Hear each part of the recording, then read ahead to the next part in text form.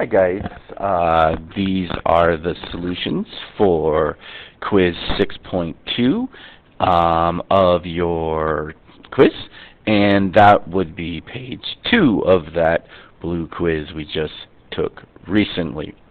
Alright, so let's take a look and see what we got. What is the length of the hypotenuse? Well, you have all the information you need, so you don't have to do any math on this problem. All you have to do is identify which one of these numbers as the hypotenuse of the right triangle. Now, the hypotenuse of the right triangle always lies opposite of the right angle, and it's always the longest side.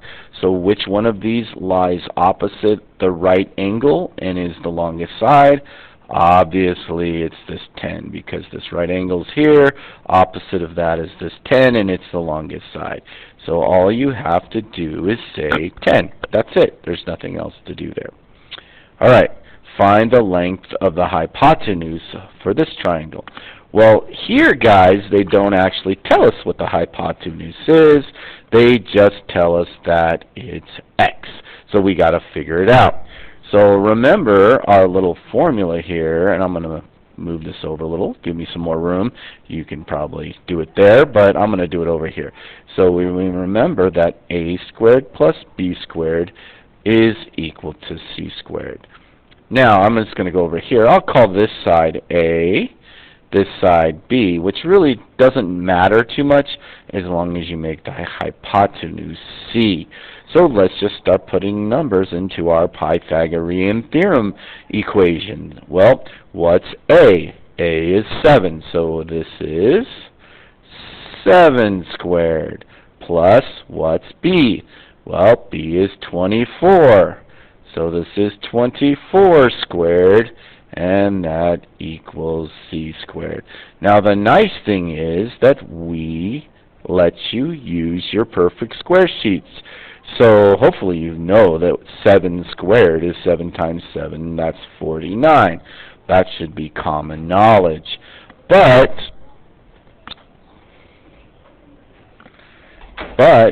what's 24 squared? Well, 24 squared is 576. Mr. Roden, you must be some sort of genius figuring that out so quick. Well, no, I'm just looking at the perfect square sheet that you have also. And equals c squared, which we don't know what c squared is.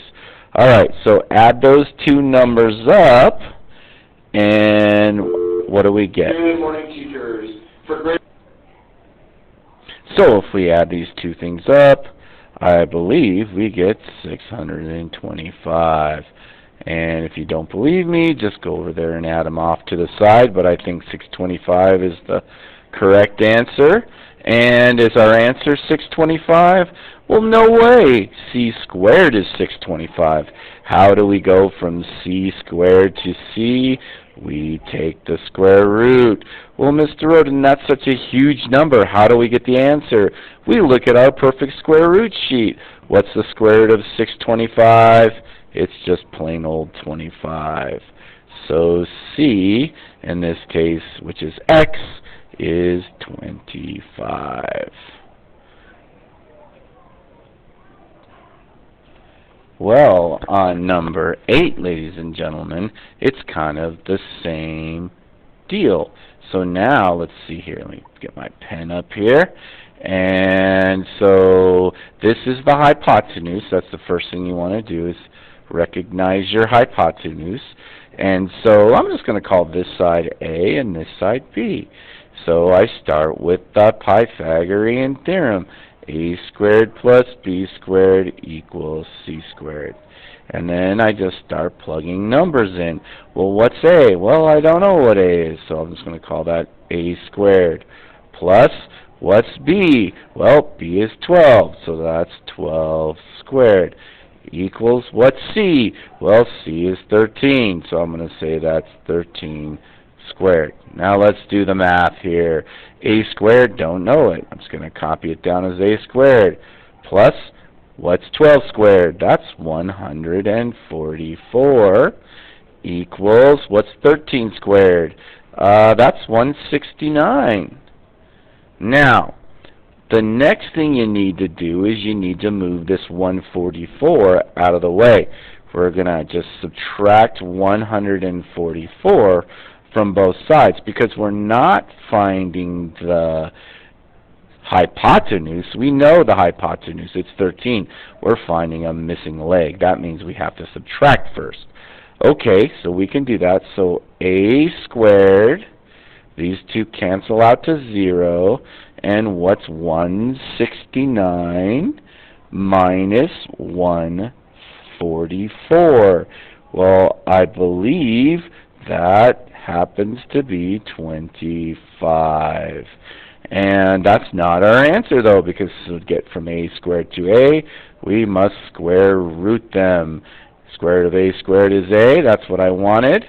And the square root of 25 is 5. So my answer here is 5. Alright, does this triangle form a right triangle? Well, it forms a right triangle if a squared plus b squared is equal to c squared. So what I'm going to put a big question mark here. I'm going to do the math and get a squared plus b squared and see what I get. I'm going to do the math over here and see what c squared is, and hopefully these two answers will be equal to each other. So a, now, I'm going to go back here. I'm just going to call this a, this b, and since this is the longest side, I'll call that c. Okay? Alright, so does 12, what's 12 squared plus 16 squared? Well, 12 squared is 144, and 16 squared is 256, all found in your perfect square root sheets. And if you add these two numbers up, you get 400. Now, let's go over here. What does c equal? That's 20.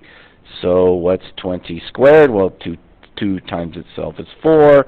So I think you can see that this is also 400. So my question is, are these two values the same?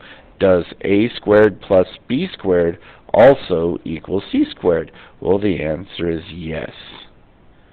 And how do you explain? You can say because they're both equal to 400. Okay, a squared plus b squared equals 400, c squared equals 400. Therefore, you have a right triangle. Alright, so for number 10, we have Mr. Rigo and Mr. Sansoni in another TV argument here. And Mr. Rigo thinks the area is 180, and Mr. Sansoni thinks it's 108, and we want to know who is correct and why. Well, in order to find the area of the TV, which is a rectangle, we need to know the length and the width. The problem is we don't know the length. We know the length, but we don't know the width because it's x. We do know like this diagonal of the TV is 15, but that's not how we find area. So before we can actually kind of figure out who's correct, we have to know the length.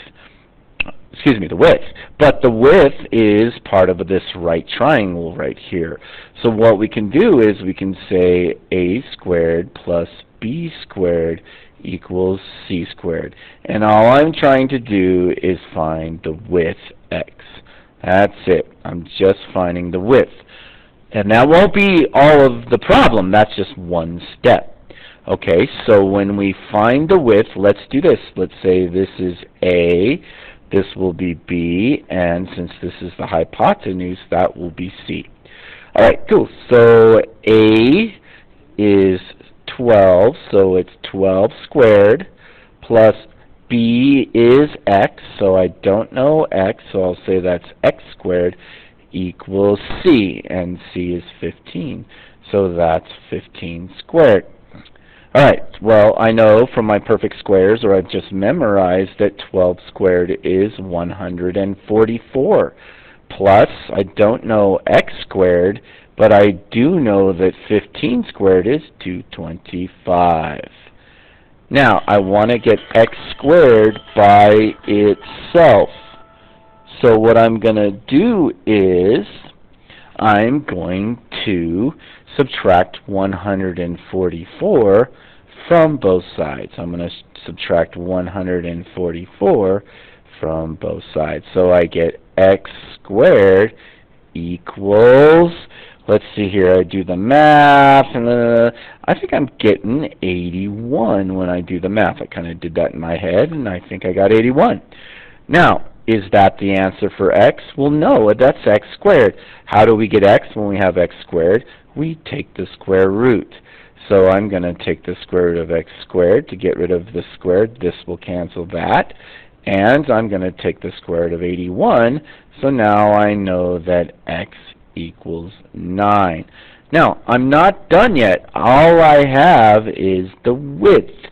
So I can replace the width with 9. Now, to find the area of a rectangle, I just multiply length times width. If this is my length and now this is my width, I multiply. So the area of a rectangle equals length times width. And the length is 12. I already knew that because I was given that. But the width is now 9 because I figured that out. And so I can do 12 times 9. Well, what's 12 times 9? That's just 108. Okay, and so since its area, we can say inches squared. So it's 108 inches squared. So who's correct? Well, in this case, Mr. Sansoni is correct. Because when you take 12 times 9, which is the length, and the width, you get 108. And I'll let you put that into words. All right, so awesome. Hopefully this video was helpful for page 2. And again, you need to fix the problems, write a correction and a statement why you missed it. See an adult, whether it's your mom or your dad or a teacher, and have them sign it that you watched the video and you did your corrections. And then come see me for a retest and get your grade up. Okay? Have a good day. See ya. Bye.